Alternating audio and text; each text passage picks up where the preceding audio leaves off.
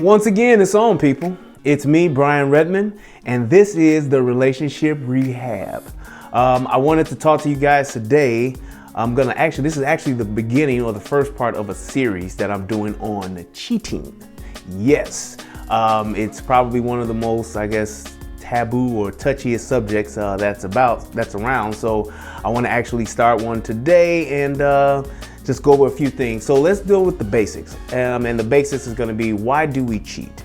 So when we're talking about why do we cheat, well, I want to say the first two types of cheaters. You have actual physical cheaters that actually go out and do the do, and then you also have emotional cheaters, and those are people that just have other or relationships that I guess are not proper, if you would say, or maybe inappropriate, that's the word, with someone else aside from your spouse.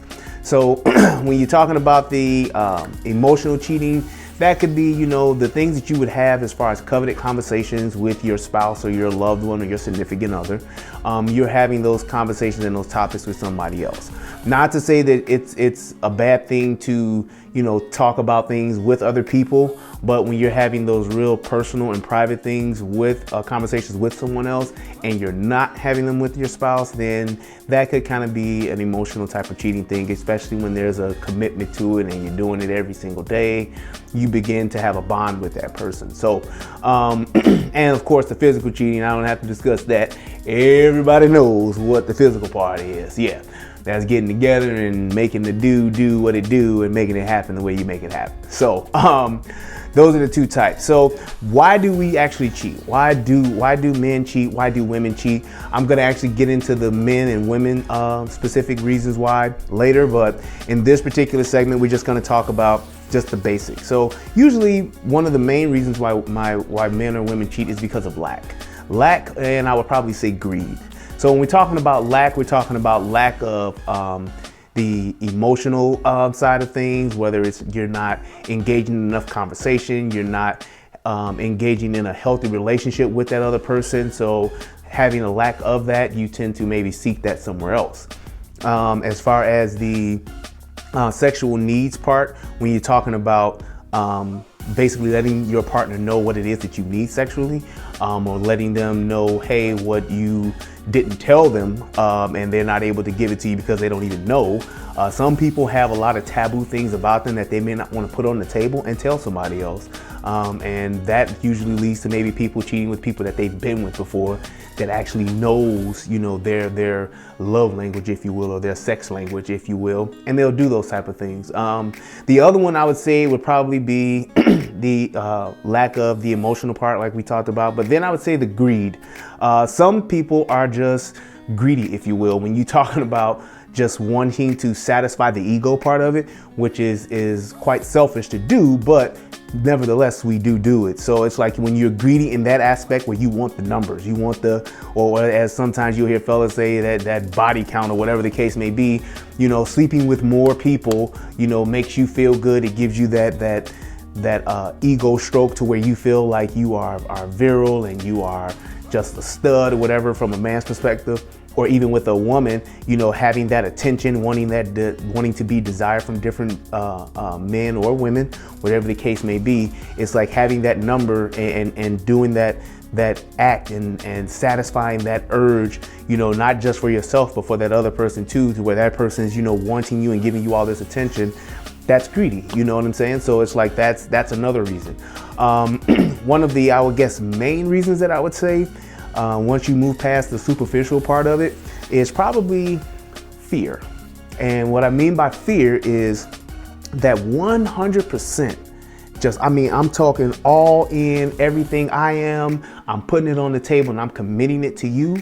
A lot of us can't do that. A lot of us can only give, 90% or 95% or 99.9%, but they can't give that 100% just commitment to that person and give everything that they are and invest all of their time, energy, and resources into that other person because of past hurt or past heartbreak that you've never really dealt with. So if I've been hurt and I've had my heart broken and I've never really processed that and went through it, as opposed to like just dealing with it and going around it, then I will have that fear of just 100% commitment because I don't want to go through that hurt again. So with me not wanting to deal with that hurt, me not wanting to deal with that pain, it's like I always want to keep something in the back of my mind or keep something on the side, i.e. the side chick, right?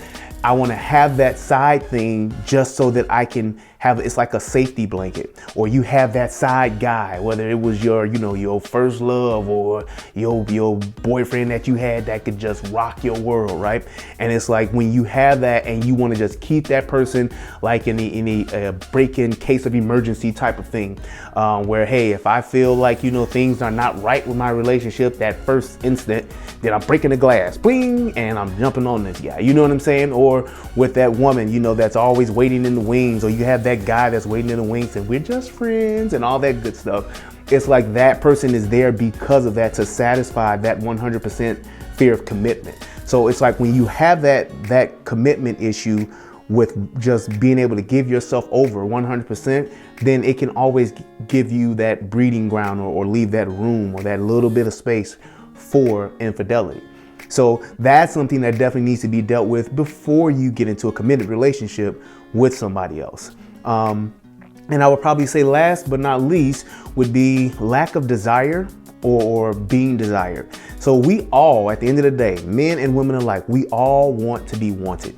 We all want that man or that woman that we're with to want us. We want to be their everything, especially when it comes to sex and being in the bed. We want to be that everything to that person. A woman wants to satisfy her man completely. She wants to be the best ever. And so do men. Men may not admit it, or women too. We may not just admit it and be out and open with it.